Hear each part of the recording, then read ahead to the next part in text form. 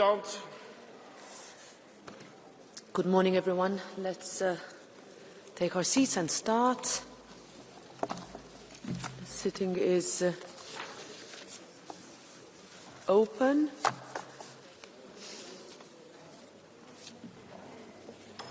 In relation to the decision by several committees to enter interinstitutional negotiations pursuant to Rule 72, paragraph 1, announced at the opening of the session on Monday, the 19th of January, I have received no request for a vote in Parliament by members or political groups reaching at least the medium threshold. The committees may therefore start negotiations. The next item on the agenda is the joint debate concerning the European Council meeting.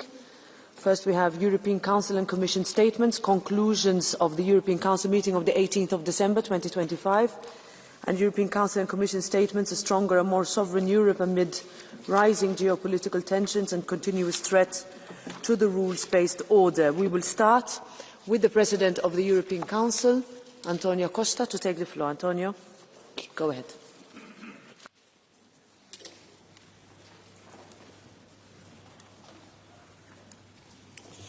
Madam President Metsola, Madam President von der Leyen, honourable members, me gustaría empezar por expresar mis más sinceras condolencias por las víctimas de los accidentes ferroviarios ocurridos en los últimos días en España. Todo mi apoyo para sus familiares y seres queridos. The debate we are having today in this House could not be more timely. Let's face it, taken together, the geopolitical challenges Europe is facing sometimes seems daunting. Russia's war of aggression against Ukraine, the international rules-based order being undermined, core alliances being questioned. But the European Union will come out of this stronger, more resilient and more sovereign. For this to happen, our response must have three components: a Europe of principles, a Europe of protection, and a Europe of prosperity. All these three dimensions are being tested in the current moment of transatlantic relations. That is the reason why I decided to convene a meeting of the European leaders for tomorrow about transatlantic relations. Having listened to Member States in the run-up to this meeting, I believe a few fundamental elements are broadly shared. First, we are united around the principles of international law, territorial integrity and national sovereignty. Second, we are united in full support and solidarity with the Kingdom of Denmark and with Greenland. Only they, Denmark and Greenland, can decide on their future. Third, we recognise that there is a shared transatlantic interest in peace and security in the Arctic, notably working through NATO. Fourth, further tariffs would undermine transatlantic relations and are incompatible with the EU-US agreement. Fifth, we stand ready to defend ourselves, our member states, our citizens, our companies against any form of coercion. And the European Union has the power and the tools to do so. Sixth, we want to continue engaging constructively with the United States, of course, on all issues of common interest, and there are many, since we are partners and allies and share a transatlantic community.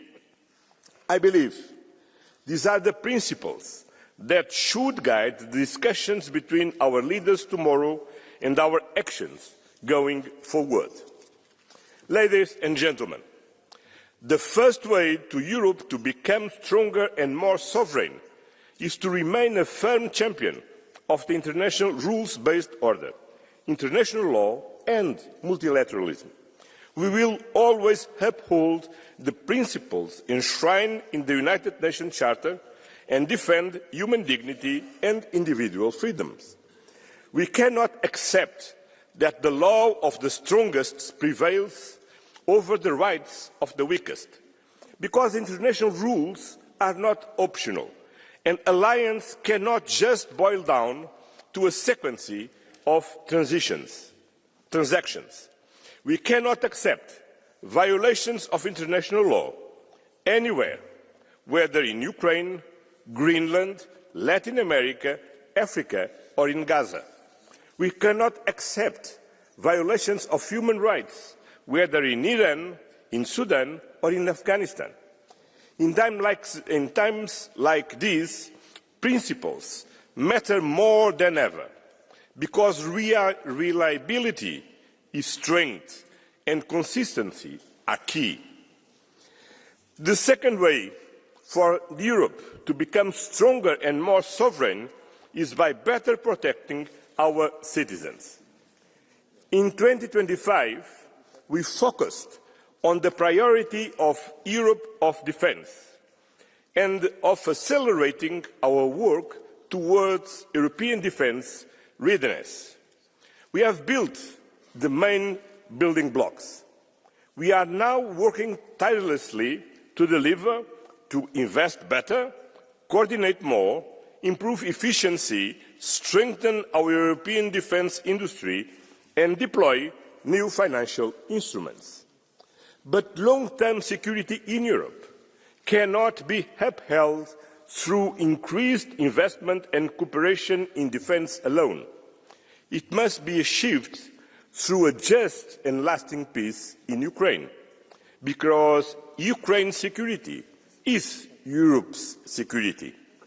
Our response has been clear since the first day of Russia's war of aggression: to provide full support to Ukraine, financially, in terms of security, for reconstruction, and on its path to the European Union membership. At the last December European Council, recalling the commitment made in October to address Ukraine's urgent financial needs for 2026-2027, leaders took two historic decisions. First, we approved a 90 billion common European loan, backed by the European Union budget, to cover Ukraine's financial needs over the next 2 years. Second, Ukraine will begin repaying this loan only once Russia pays reparations, and until that time, the Union reserves the right to make use of immobilized Russian assets to ensure repayment. So, on Ukraine, we committed and we delivered, because in times of crisis, the European Union steps up, assumes its responsibilities, and acts decisively. Ladies and gentlemen, the third way for Europe to become stronger and more sovereign is to prosper economically.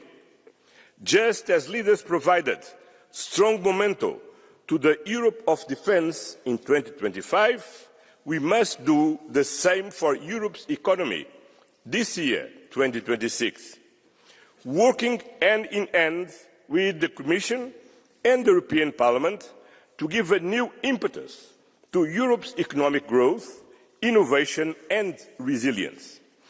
We must deliver for our citizens on quality jobs, wages and housing affordability, because social cohesion and prosperity are two sides of the same coin. On their own, neither would be sustainable. That is why, on the 12th of February, I will convene a strategic brainstorming session of European leaders to discuss how best to harness the full potential of Europe's single market in the new geoeconomic context. The European Union is a powerful single market. We need to deepen it to complete it. How?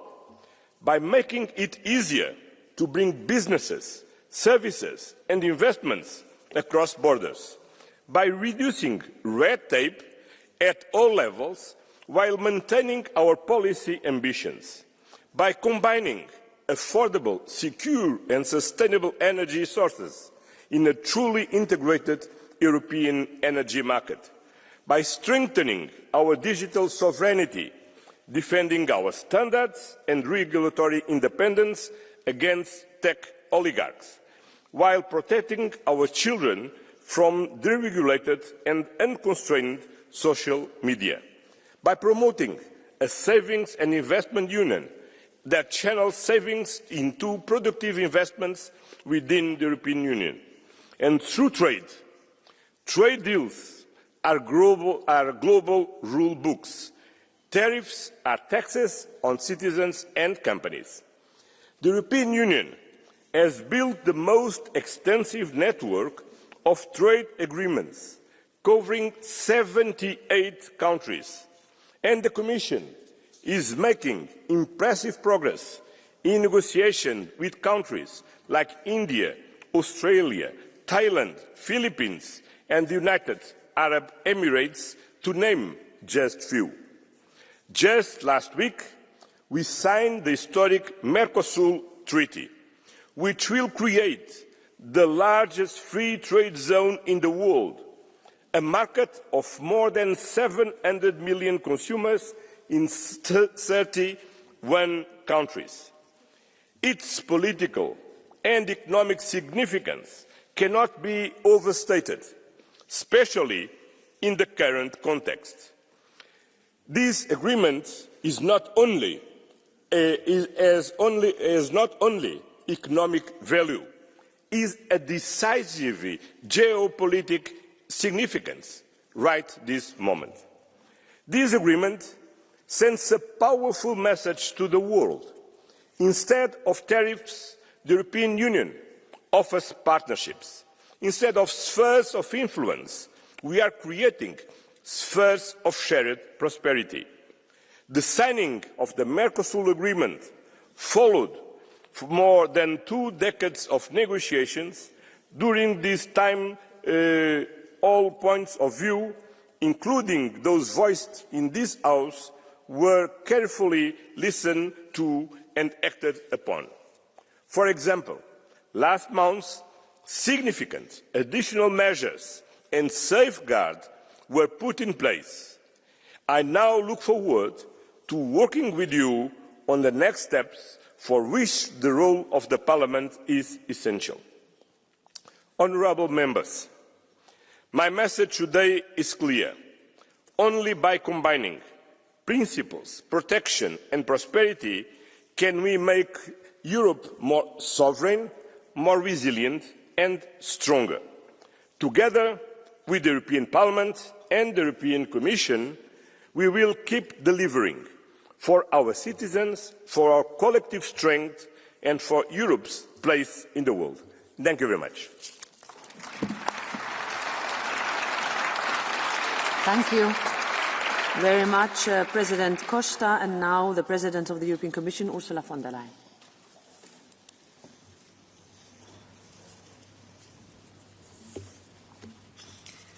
Thank you very much, Madam President, dear Roberta, Mr. President, dear Antonio, honourable members. Let me start by conveying my deepest condolences to the families and friends of the train accident in Spain. Our thoughts are with them. Honourable members, since I stood last time here in this plenary, we have witnessed events that have shaken the world. From the nationwide protests and repression across Iran, to the seizing of shadow fleet tankers in the North Atlantic, from the volatile situation around the Arctic and Greenland, to the relentless bombing against Ukrainian civilians and infrastructure, from the tensions in the Middle East to the Indo-Pacific. All of this reflects a number of realities for Europe. The first is a confirmation that the shift in the international order is not only seismic, but it is permanent. And the sheer speed of change far outstrips anything we have seen in decades. We now live in a world defined by raw power, whether economic or military, technological or geopolitical. And while many of us may not like it, we must deal with the world as it is now.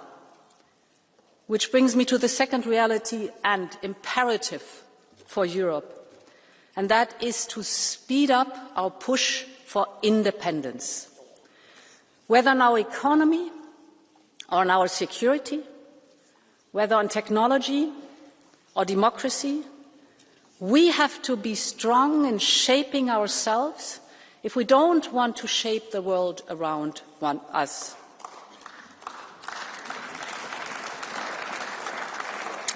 In this increasingly lawless world, Europe needs its own levers of power, and we know them: a strong economy, a thriving single market, one that can do business in different markets and can compete all around the world, a strong innovation and technology capacity, united societies with high levels of education, talent and health systems, and above all, a real capacity to defend ourselves. This is what European independence is all about. It is not about anyone else. It is not driven by the recent event. It is about a need and an opportunity for us to build a stronger union. We are already moving in this direction, but the speed of change requires a new approach from Europe. We will need a departure from Europe's traditional caution, just like we did on energy, on recovering from the pandemic with Next Generation EU, or like we are doing now with defence, with SAFE, or on supporting Ukraine. The world is changing faster, so does our mindset. So our institutions, governments and society, all of us, must transform the ways in which we think and act. And allow me to touch on a number of points which I believe will be critical.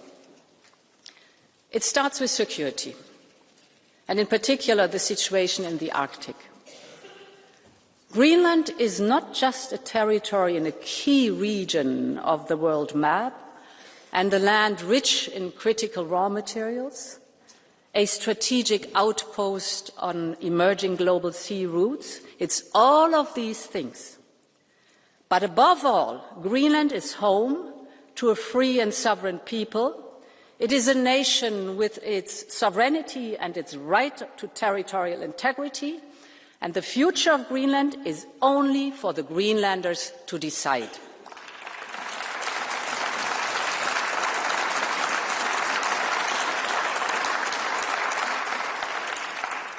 Honourable members, we do agree with our American friends on the need to ensure the security of the Arctic region.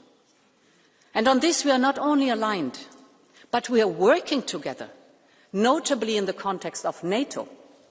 Finland, for example, is working with the United States on icebreakers, a key piece of equipment in the context of operations in the High North.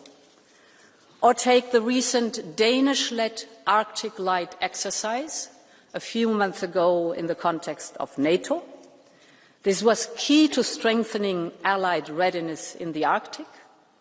So we are aligned, we are working together, we share the same strategic assessment on Arctic security, and this is why the threat of additional tariffs for security reasons is simply wrong.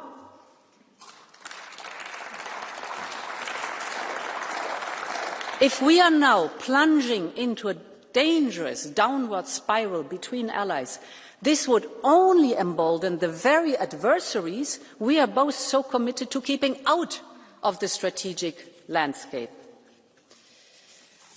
Later this week, leaders will meet to discuss our response at the European Council.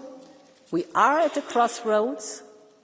Europe prefers dialogue and solutions, but we are fully prepared to act, if necessary, with unity, urgency and determination. But beyond this, we need our own strategic approach. This is why we're working on a package to support Arctic security. The first pillar will be a massive European investment surge in Greenland, in particular to further support the local economy and infrastructure. This will build on what we have already done. 2 years ago, before this all happened, I was in Nuuk to open our first office there. And in the next European budget, we have already proposed to double our financial support to Greenland, but of course we must do more and do it faster. Second point, we will work with the United States and all partners on wider Arctic security. In particular, I believe we should use our defence spending surge on Arctic-ready equipment and strengthen our security arrangement with partners such as the UK, Canada, Norway, Iceland and others. Finally, I believe Europe itself needs to reassess its wider security strategy. This should look at what is needed to adjust to today's new realities. Many of you have worked on various national and European security strategies, some of them in the recent past, but the world has changed so fast and Europe now has to change with it. Honourable members, when it comes to security, it is more important than ever that we keep focusing on Ukraine, because our European security and our European independence hinges on what happens next. It is now almost 4 years since Russian tanks rolled into Ukraine. Peace talks are now ongoing, and we are recognising the efforts the US is doing in this region. But while these efforts intensify, so does Russia's attacks. So Europe will continue to support Ukraine in every way, and this is why it was so important that in the last European Council we agreed to jointly raise 90 billion euros for Ukraine. Europe has taken clear responsibility for Ukraine's need, both civilian and military, and this 90 billion euros shows our unfaltering commitment and solidarity, and we will stand with Ukraine until there is a just and lasting peace.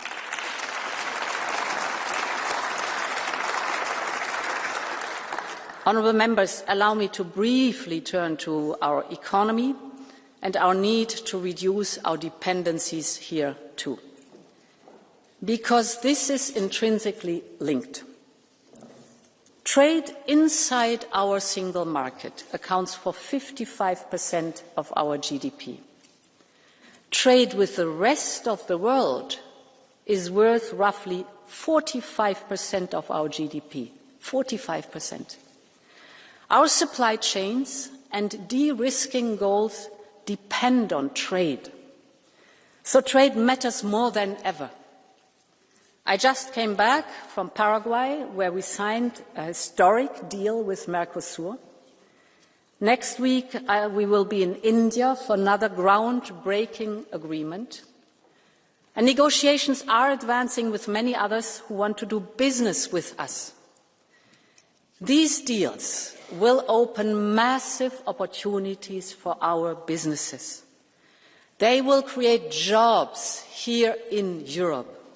They will give us resilience and security of supply, because the more trading partners we have worldwide, the more independent we are. And that is exactly what we need. If we take Mercosur, which I know is hotly debated in this House, the deal secures our access to raw materials our industry needs. And the benefits for European companies will be huge. Just take the automotive sector. European exports to Mercosur can rise by 20 billion euros or 200%. Or look at the chemicals or machineries, same effects. The deal with Mercosur will deliver huge gains also for producers of dairy, wine, spirits, oil, and much more. At the same time, we have listened carefully to your concerns and to our farmers, and we have secured strong safeguards for our sensitive agri-food sectors. I believe this is a deal that will bring benefits across our economy and across every member state. So to conclude, honourable members, this moment of global change is fraught with dangers, and Europe must be ready to change even faster, to become more independent for its own future. This will not be easy. It will require difficult decisions, and it will require to frame all of our work in the bigger picture. But I'm deeply convinced that together we can achieve it. Thank you very much, and long live Europe. Thank you very much, President von der Leyen. And now we will have the first round of political group speakers, starting with the President of the EPP Group, Manfred Weber. Madam President of the European Parliament, Commission, Council President, dear colleagues, beginning of 26, and people observing what is going on in politics on geopolitical level, when they listen to media, a lot of Europeans are concerned, are probably even scared. We are living in a crazy world, and basic questions are back. Basic questions have to be answered. And the first basic question, I would say, is on the table: what do we stand for? Freedom, democracy. In Iran, a regime, a sponsor of terrorism, a murder of its own youth. We need actions there, dear colleagues. The Revolutionary Guard must be named what it is, and that is a terror organization. Venezuela. I met last Thursday in Madrid El Mundo González, the president-elect from Venezuela. Even in his family, he has people who were captured, who are in prison because of their engagement for a democratic Venezuela. This House, European Parliament, nominated the democratic opposition in Venezuela for the Sakharov Prize. Maduro is now out, a dictator is out. That is good news. We look for a democratic future for Venezuela. And then, freedom, democracy. You know, we discussed this week about Davos, about Greenland. The tragedy of this week is that I had hoped that we can speak this week about peace in Ukraine. That was my wish. Now it's overshadowed by thousands of other issues. I just want to underline that we do not forget what is happening there. And we stand on the side of the brave people in Ukraine, on the soldiers who are defending our values there. I want to thank Ursula von der Leyen for her efforts to work on the 20 points plan. We are ready today for peace. We are ready for diplomacy. We are ready for a compromise. But Putin is continuing to attack the energy infrastructure. He's killing civilians. He's a war criminal. And only Putin is not ready for peace. And I would love to see also the friends of Putin here in this House, who are regularly talking with them, to engage, to convince Putin to come back to a consent and to a common understanding. The good news is that we have finalized now the 90 billion, thanks to the Council, and also the Parliament is ready to speed up. The second basic question what we have to do is consider is, who are our partners? The US President wants to see the US flag in territory of Greenland. That's a shock, frankly speaking. That's unacceptable. We defend Denmark, the Kingdom of Denmark, the integrity, territorial integrity. And who plays with Greenland plays with NATO. And again, my question is, where are the MAGA friends? When Roberta Metsola at the beginning of the plenary this week underlined the support for Greenland and the support for Denmark, I saw that from the Patriots, half of the Patriots group stood up and defended the territorial integrity of Denmark, and half of the team kept seated and was obviously on the side of Washington. So the Patriots have to decide whether they want to be real Europeans or they are a colony of Washington. That's at stake. That's at stake in this moment of time. So what we need is a European answer. We see the increased pressure now from the United States threatening us with tariffs. We as EPP are clear: enough is enough. The reliability of Washington is in this moment of time at stake. I was one of the few, the EPP group was one of the few who said, welcome to the Scotland agreement last summer. Everybody criticized this. I said, it's a good deal. But what is now at stake is, can we trust in the compromises we did in Scotland last summer? The reliability is at stake. So for us as EPP, and I think for all parliamentarians, it's clear there will be no ratification, no 0% tariffs access to the European Union for US products until we have clarified the question of reliability. And when we speak about partners, we have to say yes to Mercosur. We are not a military power, but we are an economic power, a huge market. And when even Lula and Milei can agree on the idea that together we are stronger as Europeans and South Americans, then I think everybody must understand what is at stake. So if you say no to Mercosur, Putin will be happy, Xi will be happy, and also Donald Trump will be happy, with different arguments in mind. That's why yes to Mercosur means yes to have good friends, yes to strengthen the European Union. And the third point I want to make is, dear friends, seriously, everybody recognizes we are living in a new world. And the key question is now, are we ready? Are we fit for the purpose? Is the architecture of the European Union ready? And the state of play is, dear friends, the Council can be vetoed by Viktor Orban. We have the E3 now presenting themselves, but I said it several times, E3 is not Europe. We have national responsibility on defence. That means in this moment of time quite a weak Europe. And yesterday Lavrov said in his press conference, the US can have Greenland and I take Ukraine and then things are solved. That's a reality.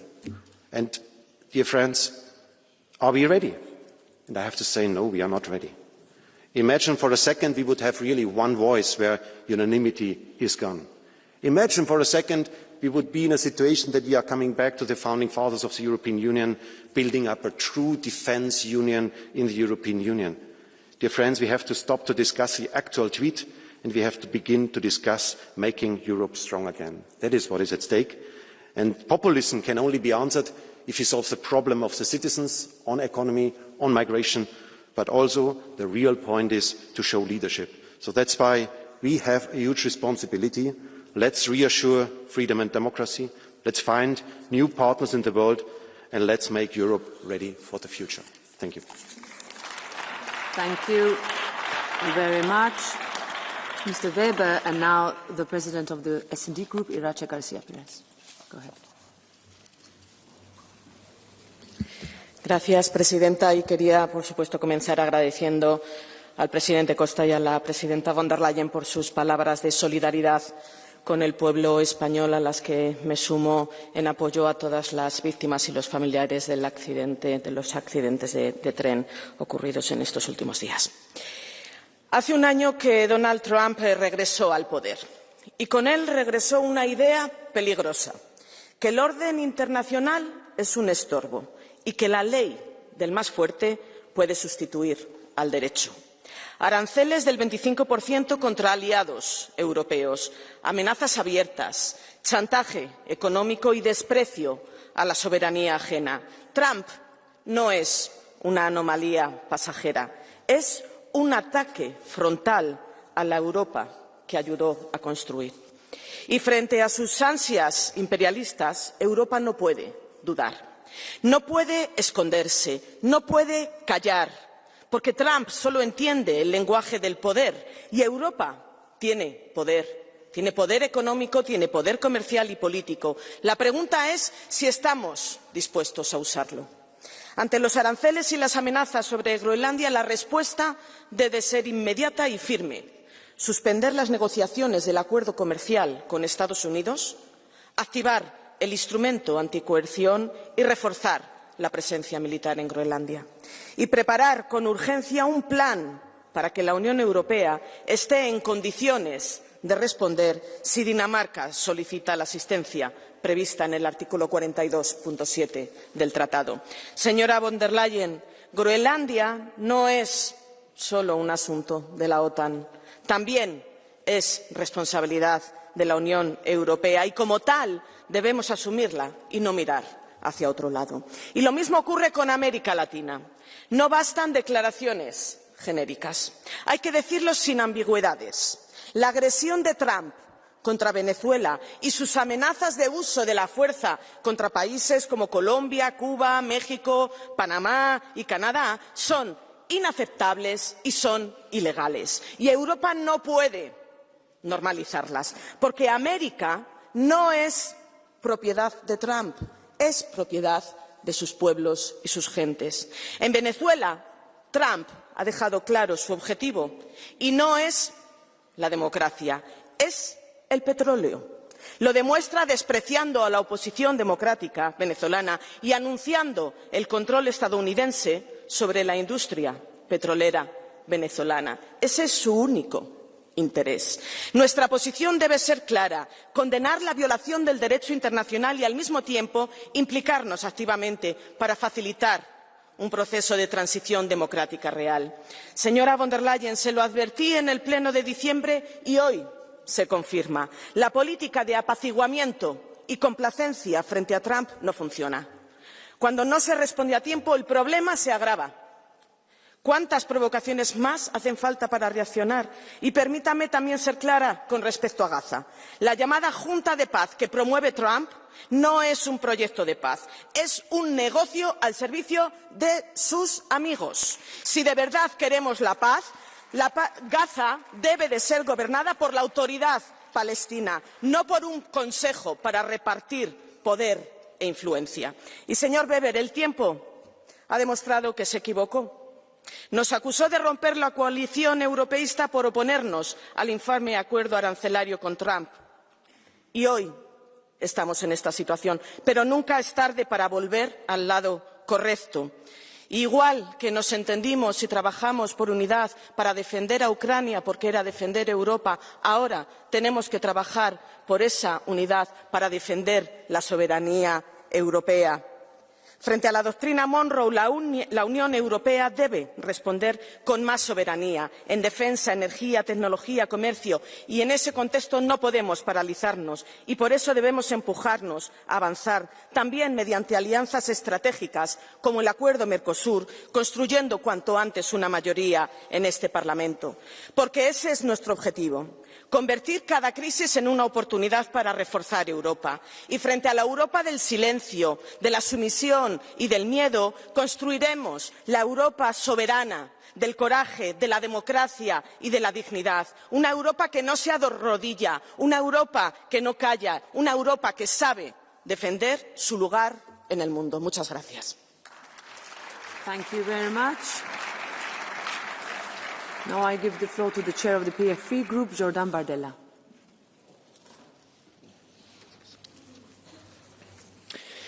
Merci Madame la Présidente de la Commission européenne, Monsieur le Président du Conseil, mes chers collègues.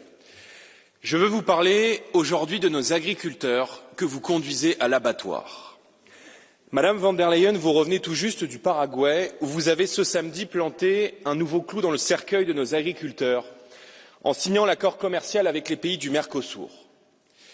Cet accord, profondément injuste, ouvrira nos marchés à des centaines de milliers de tonnes de viande produites dans des pays qui ne respectent ni nos normes sanitaires, ni nos normes environnementales, ni nos exigences sociales, et vous le savez pertinemment. Dans cette trahison du monde rural, le président Macron a été votre complice hypocrite durant toutes ces années. Il a feint l'opposition pour calmer la colère des agriculteurs tout en sachant pertinemment que la minorité de blocage n'était plus acquise. Quelle cynique duplicité! Comme vous, le président Macron, au nom de la France, a toujours été favorable à cet accord. Et la preuve est accablante. Dans cet hémicycle, ces eurodéputés n'ont voté qu'à 13 reprises contre le Mercosur, quand ceux du Rassemblement national l'ont fait à 52 reprises, soit le taux d'opposition le plus élevé à l'endroit de cet accord. À l'approche de la signature, le président Macron et vous-même avez tenté de faire passer la pilule par deux effets d'annonce. D'abord des clauses de sauvegarde, cosmétiques, temporaires, qui sauteront quoi qu'il arrive dans les 10 ans et que les pays du Mercosur eux-mêmes ne reconnaissent pas. Ensuite, le maintien du budget de la politique agricole commune, en dépit de votre ambition de la diminuer, vaste enfumage, puisqu'assorti d'une rallonge prétendue de 45 milliards d'euros, ce n'est évidemment qu'une simple avance et non une rallonge, comme indiqué. Alors les promesses n'engagent décidément que ceux qui les font. Madame la Présidente von der Leyen, une fois de plus, vous avez favorisé l'industrie allemande et sacrifié les agriculteurs français. Sachez-le clairement, nous nous opposerons toujours au démantèlement de notre souveraineté alimentaire. Du sort des agriculteurs, de leur capacité à vivre dignement de leur travail dépend notre liberté, notre souveraineté dans un monde de plus en plus incertain. L'agriculture doit être sortie des accords de libre-échange. Le patriotisme économique doit être assumé. Les normes de nos entreprises doivent être simplifiées et pour notre économie, un mot d'ordre, produire, produire et produire. Merci. Now I give the floor to the co-chair of the ECR group, Nicola Procaccini. Grazie Presidente, Presidente von der Leyen, Presidente Costa. Le conclusioni dell'ultimo Consiglio ci consegnano una immagine nitida. L'Europa sta finalmente uscendo dalla sua bolla ideologica per misurarsi con la durezza della realtà. Per quanto riguarda l'immigrazione, l'accordo sui paesi terzi sicuri per i rimpatri è un successo del buon senso. Stiamo cominciando a sottrarre il governo dell'immigrazione ai trafficanti di esseri umani e all'incertezza delle interpretazioni giudiziarie, riportandola dove deve stare, cioè nell'alveo della responsabilità politica. È la dimostrazione che quando l'Europa smette di predicare ed inizia ad agire con pragmatismo, i risultati arrivano. Per quanto riguarda l'Ucraina, il prestito da 90 miliardi è stato un atto di responsabilità. Continueremo ad aiutare quel popolo che resiste eroicamente da 4 anni alla vigliacca invasione russa. Non lo facciamo solo per gli ucraini, lo facciamo anche per noi, perché se la Russia raggiungesse i suoi scopi sarebbero in pericolo tutti i popoli europei. Se qualunque nazione fosse libera di prendersi con la forza le nazioni vicine, sarebbe in pericolo la pace che si è posata sul nostro continente dopo le guerre laceranti di cui sono pieni i nostri libri di storia. So bene ciò che state pensando, ciò che vale ad est deve valere anche ad ovest. Sono d'accordo. D'altra parte noi conservatori continueremo a sostenere l'unione dell'Occidente, perché non è un semplice luogo geografico, ma una civiltà con i suoi difetti, le sue contraddizioni, ma anche con la sua cultura della libertà. Francamente io credo che non è indossando gli occhiali alla Top Gun che otterremo maggiore rispetto dagli Stati Uniti. Ce lo possiamo guadagnare solo con la nostra solidità geopolitica, con la nostra competitività economica, con la sovranità delle materie prime, con una difesa militare efficiente e tecnologicamente avanzata. La nostra forza come europei è nella comunità transatlantica. Solo dentro di essa restiamo padroni del nostro destino. Grazie. Grazie. Now I give the floor to the chair of the Renew Europe Group, Valérie Hayer.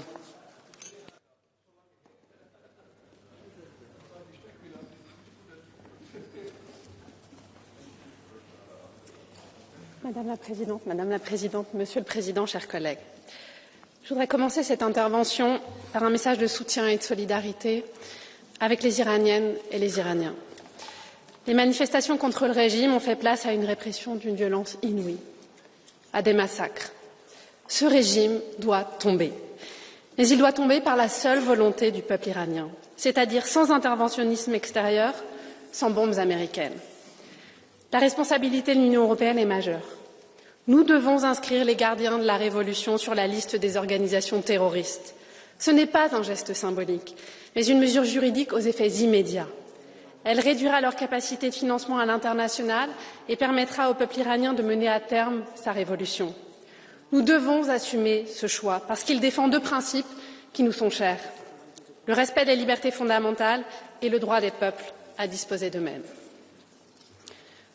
J'en viens désormais à nos relations avec les États-Unis. L'apaisement, ça ne fonctionne pas.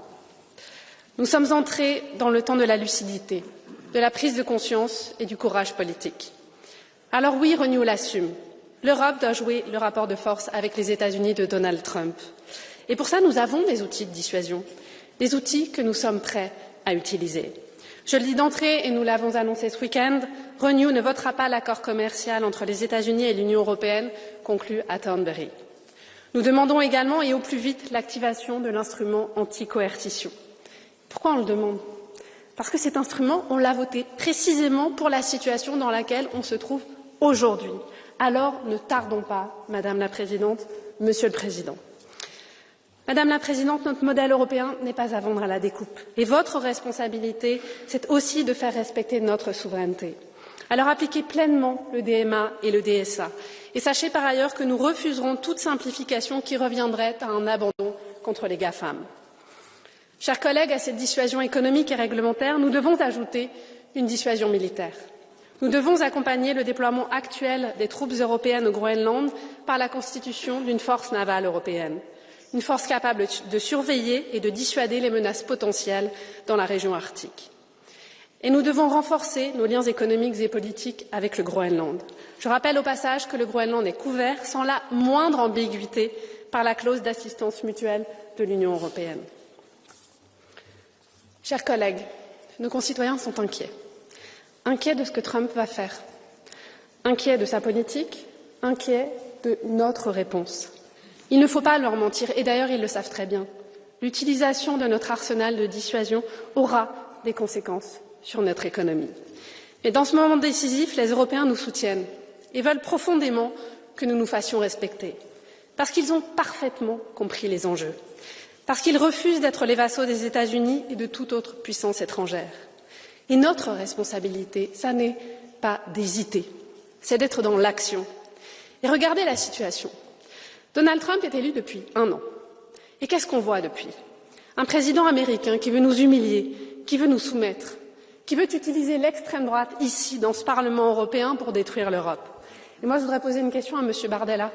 Je vous entends, vos discours sur le Groenland aujourd'hui. Ça va, vous êtes à l'aise? Vous êtes à l'aise à tenir ce discours aujourd'hui, alors que vous avez été, avec votre groupe, l'un des premiers supporters de Donald Trump? Alors que vous avez dit, je cite, que son élection était un vent de liberté sur nos démocraties. Mais Monsieur Bardella, Donald Trump, c'est quoi aujourd'hui? Depuis 1 an, on s'est pris des droits de douane délirants, des interdictions de visa contre un ancien commissaire européen, des ingérences politiques permanentes contre nos valeurs et notre modèle, et aujourd'hui, sa volonté d'annexer le Groenland. Alors, chers collègues, quand est-ce qu'on va réagir? Qu'est-ce qu'on attend de plus? Je le dis à nous tous ici au Parlement, à vous, Madame la Présidente, à vous, Monsieur le Président du Conseil, à nos chefs d'État et de gouvernement, nous n'avons pas le luxe d'attendre. Et demain, il doit absolument sortir quelque chose du Conseil européen, Monsieur le Président, parce que c'est notre crédibilité qui est en jeu. Alors n'ayons pas la main qui tremble et soyons à la hauteur de ce défi historique. C'est le moment de l'indépendance européenne. Je vous remercie. Merci. Now the co-chair of the Greens Group, Terry Reintke. Thank you, Madam President, Madam Commission President, Mr. Council President, dear colleagues. Greenland is not for sale. The Greenlanders have made that abundantly clear. And Europe will defend an international rules-based order and stand by Greenland and Denmark.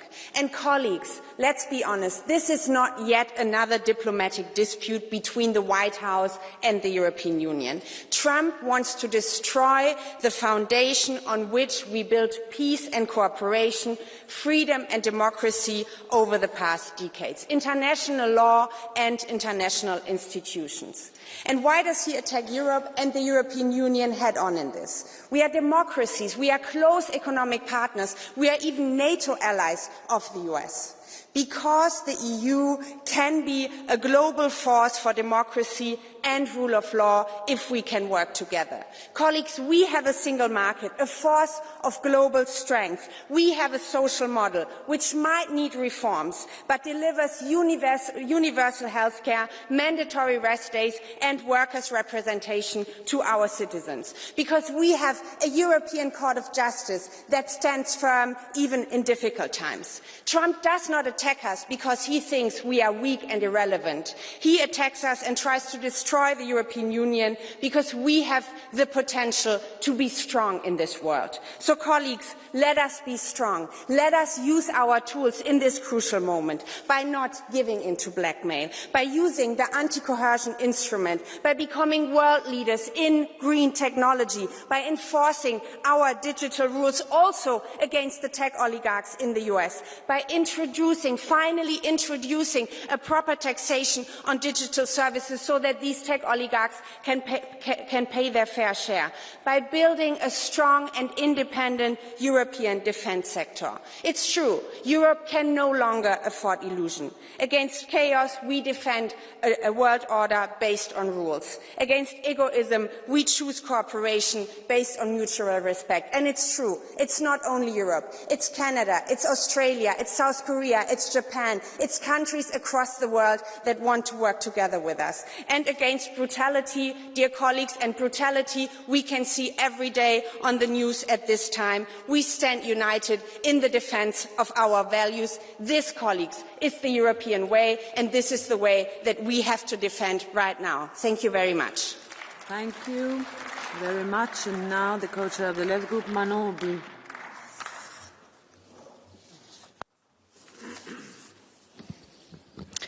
Madame von der Leyen, Monsieur Costa, Donald Trump redessine l'ordre mondial et vous lui servez de paillasson. Le président de la première puissance mondiale menace d'annexer un territoire européen, transforme la carte du monde au gré des intérêts d'une oligarchie et menace plus que jamais la paix et la sécurité. Mais, Madame von der Leyen, Monsieur Costa, votre responsabilité dans cette situation est immense. Vous avez systématiquement minoré le danger de la politique de Donald Trump. Pire, vous n'avez eu de cesse de faciliter l'expansion de son projet impérialiste. Car c'est bien vous, Madame von der Leyen, qui posiez tout sourire l'été dernier pour sceller un accord commercial totalement asymétrique qui reléguait l'Union européenne au rang de succursale des États-Unis. Nous vous avertissions déjà que Trump n'allait pas s'arrêter là. Vous nous promettiez prospérité et stabilité. Résultat, aujourd'hui, il reprend de plus belle sa guerre commerciale. Et non, ce n'est pas avec un accord de libre-échange avec le Mercosur qu'on va être sauvé, que vous tentez de nous imposer ici par la force. Courber les chines, cajoler Trump, voilà ce que l'Union européenne fait de mieux. Trump nous humilie et vous tendez l'autre joue. Mais même lorsqu'il provoque, intimide, attaque, oui, Madame von der Leyen, les ambitions impérialistes de Donald Trump au Groenland ne sont que les miroirs de la lâcheté de l'Union européenne. La servilité ne produit rien d'autre que l'extension de la loi du plus fort. Lorsque les États-Unis ont attaqué illégalement le Venezuela et kidnappé Nicolas Maduro, vous avez applaudi l'agresseur plutôt que de prendre le parti du droit international. Avec votre bénédiction, les États-Unis menacent aussi d'intervenir en Iran. Mais je vous le dis, la révolte du peuple iranien, réprimée dans le sang, ne veut ni des mollahs, ni du Shah, ni de Donald Trump. À l'étranger comme dans son propre pays, Donald Trump n'a que faire de la démocratie. Il suffit de voir la manière dont sa police de l'immigration a tué René Nicole Goode et comment tous les contre-pouvoirs sont peu à peu laminés. Son seul intérêt est le pouvoir et la captation des ressources naturelles. Et je dois dire qu'il est quand même assez curieux de voir les contorsions de l'extrême droite et du groupe de Jordan Bardella, qui applaudissaient à l'élection de Donald Trump et qui, un peu plus tard, la mort dans l'âme, peine et pérore ensuite sur un ton grave sur les attaques de Donald Trump au Groenland. Jordan Bardella, souvenez-vous de ce moment où vous affichiez fièrement aux côtés de Donald Trump. Donald Trump est-il toujours votre allié? Madame von der Leyen, vous continuez de considérer comme un ami un pays qui n'a à votre égard que des marques d'hostilité. Vous persistez à appeler allié un chef d'État qui est une menace pour la paix. Oui, une menace pour la paix. Les États-Unis se sont retirés de pas moins de 31 organisations des Nations Unies. L'ONU, justement, auquel Donald Trump entend substituer un conseil pour la paix et une justice privatisée au service des puissants. Le droit international vacille. Il est attaqué de toutes parts. Vous avez vous-même, Madame von der Leyen, contribué à saper ses fondations en refusant de sanctionner l'État d'Israël et rendant l'Union européenne complice du génocide du peuple palestinien. Madame von der Leyen, nous refusons de devenir le 51e État des États-Unis. Il est venu le temps de cesser d'agir en vassal et de sortir de notre dépendance des États-Unis. Votre atlantisme vous a aveuglé sur les risques que les États-Unis font peser sur la stabilité du monde. Au point où vous en êtes, postulez pour devenir secrétaire d'État de Donald Trump et partez. Nous nous occuperons de défendre les intérêts des Européens et la paix. I give the floor now to the chair of the ESN Group, Rene Aust.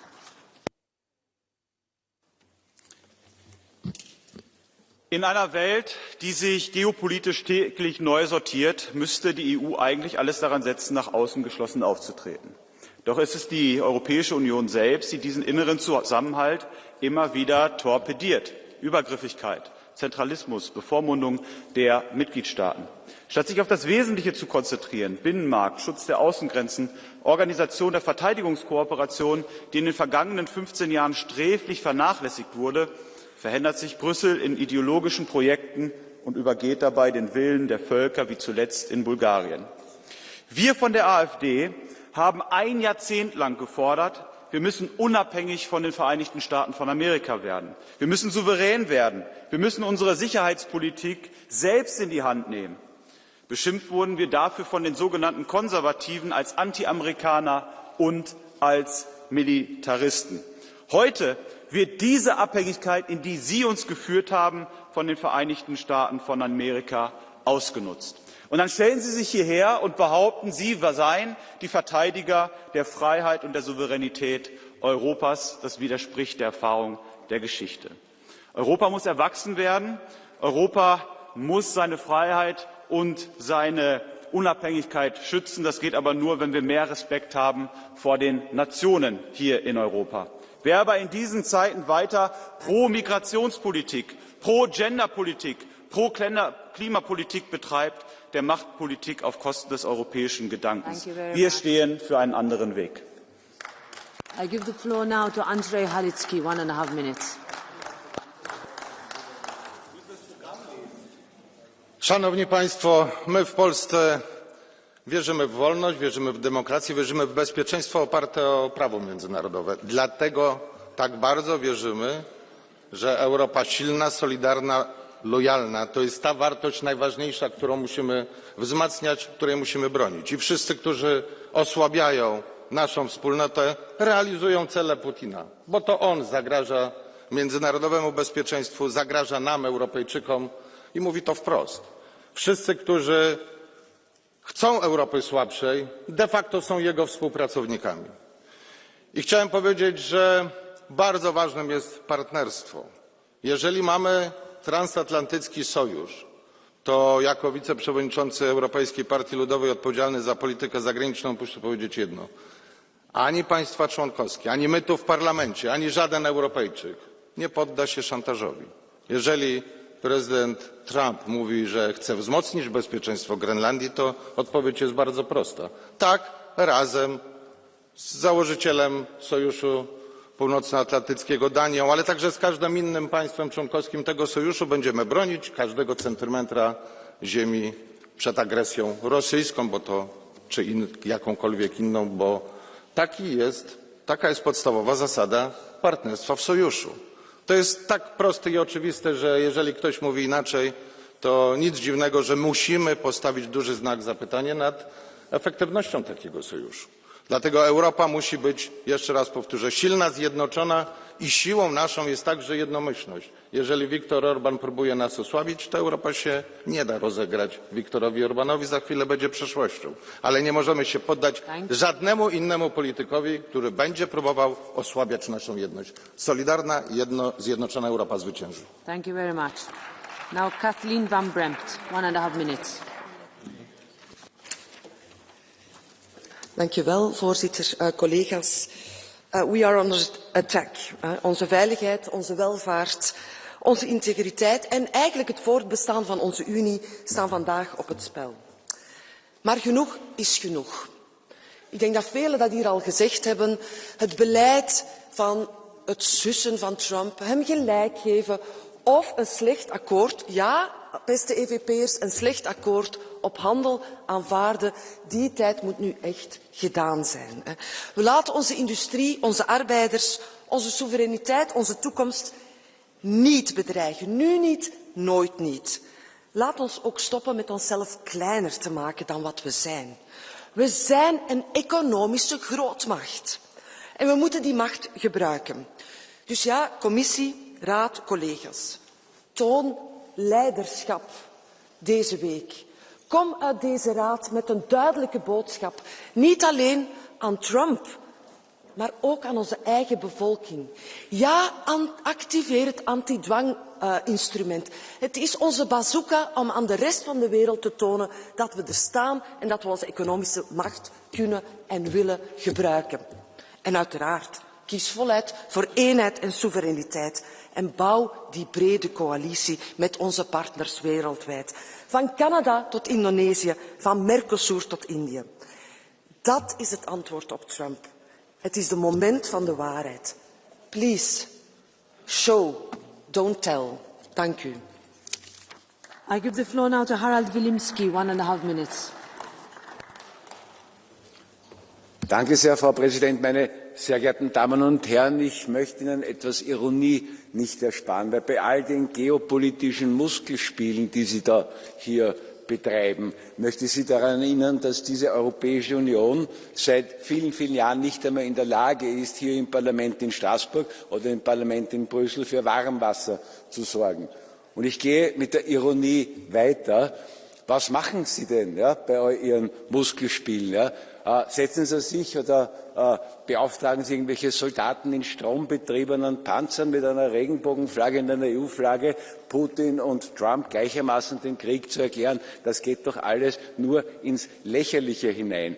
Und aus meiner Sicht sollten Sie eher daran sich orientieren, was es konkret an Problemen gibt. Wer aller von Ihnen war denn gestern beispielsweise hier vor dem Parlament, als Hunderte oder Tausende Landwirte protestiert haben? Das waren Menschen, die nichts Böses waren. Das waren Menschen, die nicht gegen irgendetwas waren. Das waren Menschen, die nur gebeten haben, ihre eigene Existenz weiterhin zu erlauben angesichts dieses Mercosur-Abkommens, das der heimischen und der europäischen Landwirtschaft wahrscheinlich den Todesstoß versetzen wird. Das ist die falsche Politik. Und während Mercosur noch gar nicht in Kraft ist, geht es jetzt schon weiter Richtung Indien. Das ist Zug für Zug der Tod der europäischen Wirtschaft und auch Landwirtschaft. Und auch der Green Deal, der den Tod der europäischen Automobilindustrie nach sich zieht, ist etwas, das nach innen gerichtet die Kraft Europas mehr und mehr schwächt.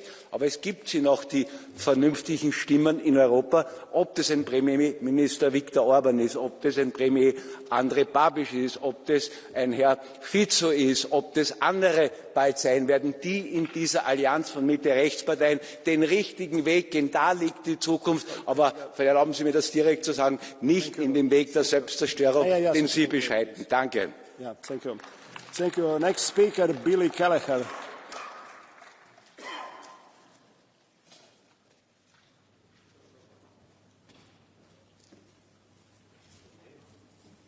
Apologies, President.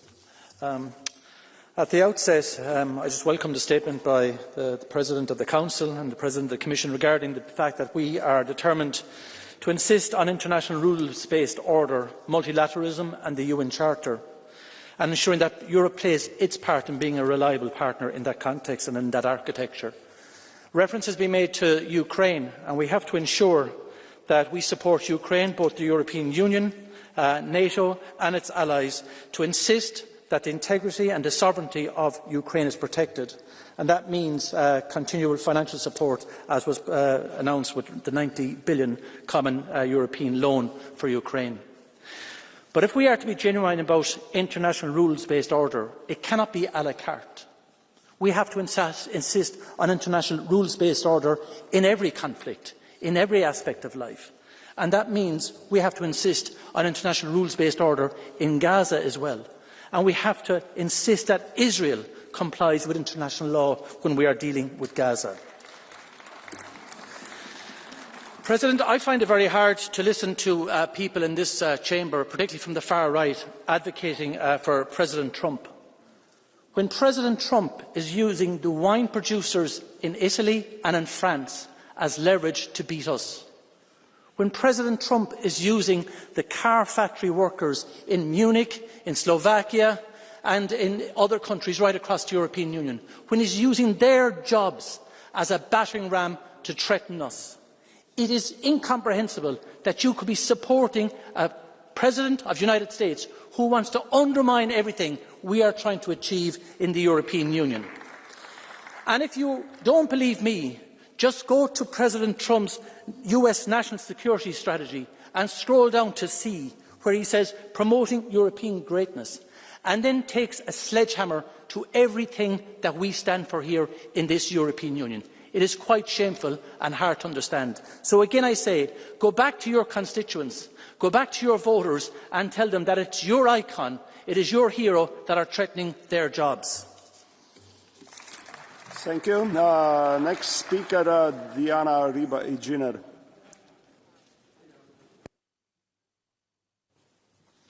Gracias, presidente. Hoy se hace evidente que la globalización a la cual se entregó la Unión Europea fue una subcontratación de los pilares de nuestra soberanía.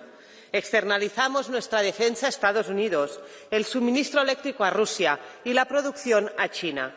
Esta estrategia la hemos pagado muy cara. Nos hace altamente vulnerables y dependientes. ¿Cometeremos el mismo error externalizando nuestra soberanía alimentaria al Mercosur? Europa no necesita suplir dependencias, necesita autonomía. Y esto pasa a nivel internacional por entender que las alianzas se construyen en la base de la confianza y no de las amenazas y el chantaje. Empecemos por aceptar que el atlantismo está roto y que Europa es y debe ser un proyecto soberano. Si el único plan que tiene la Comisión es esperar 3 años a que Trump desaparezca y vengan tiempos mejores, quizá ya no quedará Europa para proteger. Muchas gracias. Collega Riba Ejiner, would you like to take a blue card question from João Olivier? Oliveira, sorry, not the French. Oliveira, sorry. João is correct. Thank you, President, for the right pronunciation.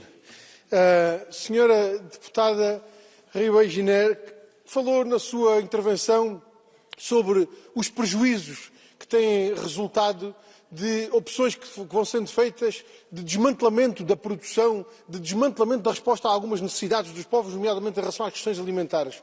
E a pergunta que lhe faço a propósito das conclusões desta última reunião do Conselho Europeu é se não entende que é dramática a ausência de qualquer referência à resposta às necessidades económicas e sociais dos povos, seja nas questões alimentares, seja nas questões da habitação, do acesso à saúde ou de outras que marcam dificuldades tão grandes na vida dos povos.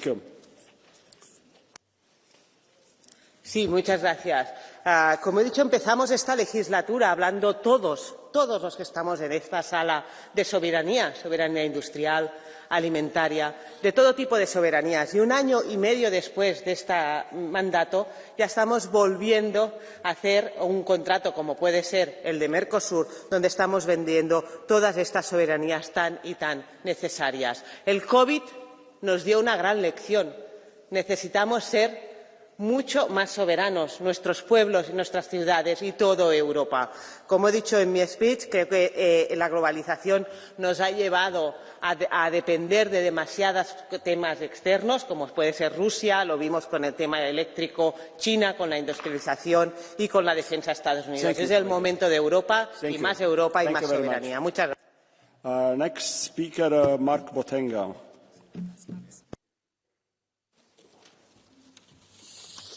Merci, Monsieur le Président.